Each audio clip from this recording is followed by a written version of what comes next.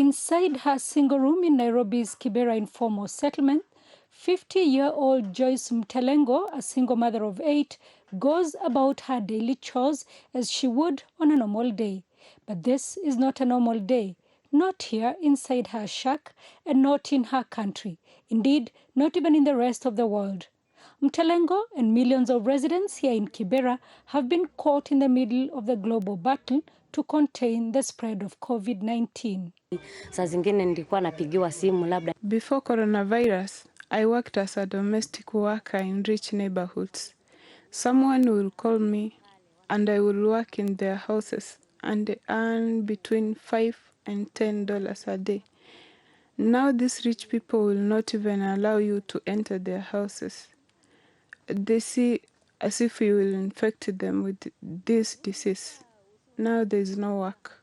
The loss of income affecting those least able to afford it. I now depend on well-wishers. The effects of the social distancing measures are abrupt and they have hit the casual laborers and low-wage earners the most. Mtelengo's story is reflected several times in East Africa's largest economy. The people I used to work for are now at home, so they do not need a domestic worker. So I have lost my source of livelihood. I have been forced to take my children to a relative because here we have nothing to eat. Growing up in Kibera, Moses Omondi and his family have been in similar situations. And so reaching out to help those sleeping on an empty stomach came naturally. How do you survive? Omondi is the brains behind Adopt a Family, a program that gives shopping vouchers worth $15 a week to needy families like Mtelengo's.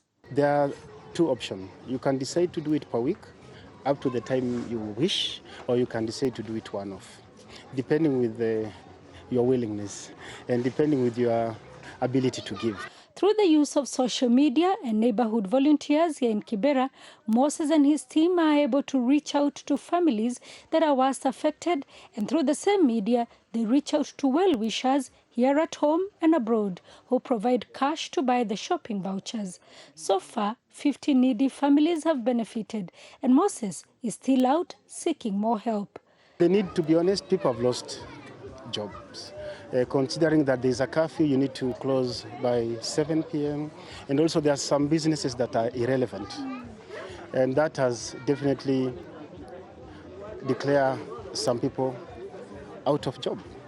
And we have casual laborers, people who earn their money per day.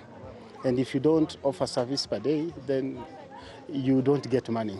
On Thursday, Kenya's President Uhuru Kenyatta announced a stimulus program would start giving money to the most needy in Nairobi. To further cushion vulnerable Kenyans, we have identified needy households in Nairobi that will be the inaugural recipients of the weekly COVID-19 support stipend. It is not clear, however, what criteria the government will use to identify them, and many fear they will fall through the cracks and not receive the cash assistance amounting to $20 a week. The only help that they are sure of is what they have received from Adopt a Family. I'm very happy for this gift. May God bless you. I feel like the government has forgotten us because we are suffering and there is no help that is forthcoming from the government. African governments do not have the financial muscle to launch the stimulus programs like their rich counterparts have done. And without a well-organized social grants program, mutual aid like Adopt a Family is much needed now and long after the country reopens for business. Sarah Kimani, SABC News in Kibera, Nairobi County,